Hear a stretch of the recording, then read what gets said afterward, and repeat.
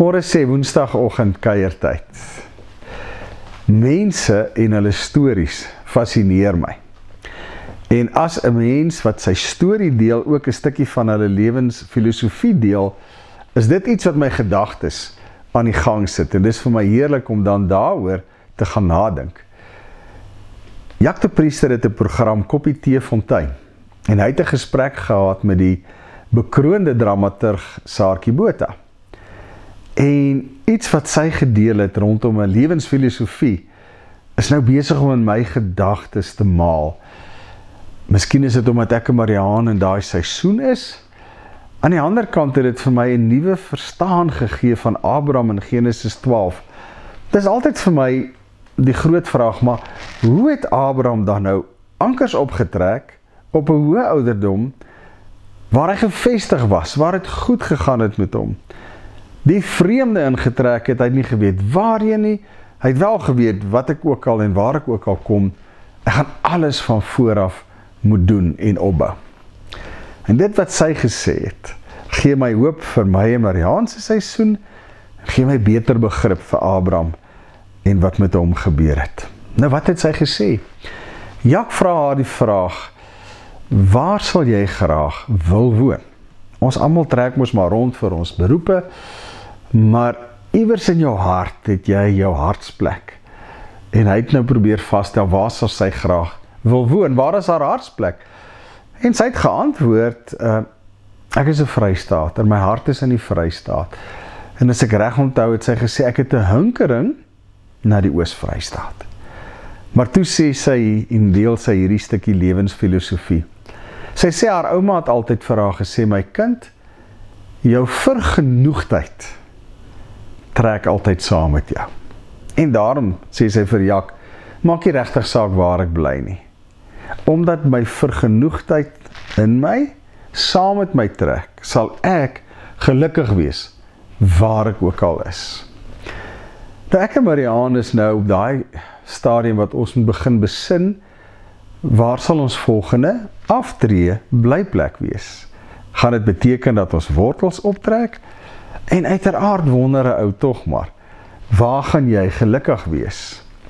En dis altyd waar ek gedink het, arme Abraham, hoe sal hy nou weer so gelukkig wees waar hy gaan? Wetende, daar's niks bekend nie. Tot ek hierdie gehoor het. Vergenoegdheid lê binne in my en jou. En as kinders van die Here, dink ek, vergenoegdheid gaan saam met jou verhouding met die Here. As jy fokus op die vergenoegdheid en dit trek saam met jou, dan maak dit nie meer saak waarheen jy trek nie. Jy sal daar gelukkig wees. En ek dink dis deel van mens wees, en dis baie keer ook deel van my en jou denkprosesse, en iets waarteen ek moet waak nou, huidiglik in my denkproses.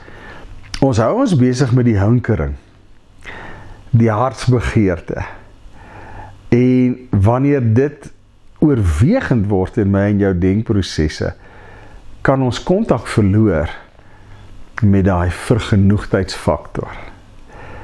Dit kan so oorheersend word, dat my vergenoegdheid omskakel in 'n stuk onvergenoegdheid. En ek dink dan loop ons die gevaar, maak nie saak waar ek ook al kom nie, ek gaan daar ongelukkig wees. So inderdaad, in die woorde van Saartjie Botha het ek 'n stuk verstaan gevind van Abraham, maar ek het 'n groot stuk hoop gevind vir my eie self, my denkprosesse, en dat my fokus moet wees op my vergenoegdheid, wat 'n direkte verband het met my verhouding met die Here, en dat dit by my 'n stuk vrede moet bring. Maak nie saak waar die paai van die lewe lei nie, as ek my vergenoegdheid met my saamneem, sal ek daar, waar dit ook al mag wees, gelukkig wees. Here, ons weet, dis ons nie beskore om die dag van môre te ken nie. Soms kan ons nagte wakker lê, nie net oor die dag van môre nie, maar oor jare wat in die toekoms lê. Here, wil U vir ons in staat stel, deur U Gees, om te begin fokus op die vergenoegdheid van vandag. Ons vreugde daarin vind, Here. En daarmee saam, 'n stille versekering. As ek hierdie vergenoegdheid met my saamdra, sal ek gelukkig wees in die dae wat kom. Maak nie saak waar dit is en waar ek myself sal bevind nie.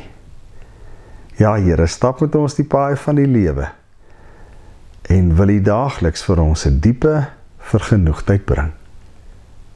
Amen. Uitdaging vir die week.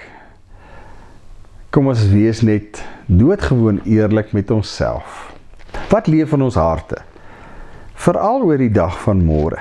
Wat is ons hartsbegeertes? Waaroor droom ons? Waar wil ons wees?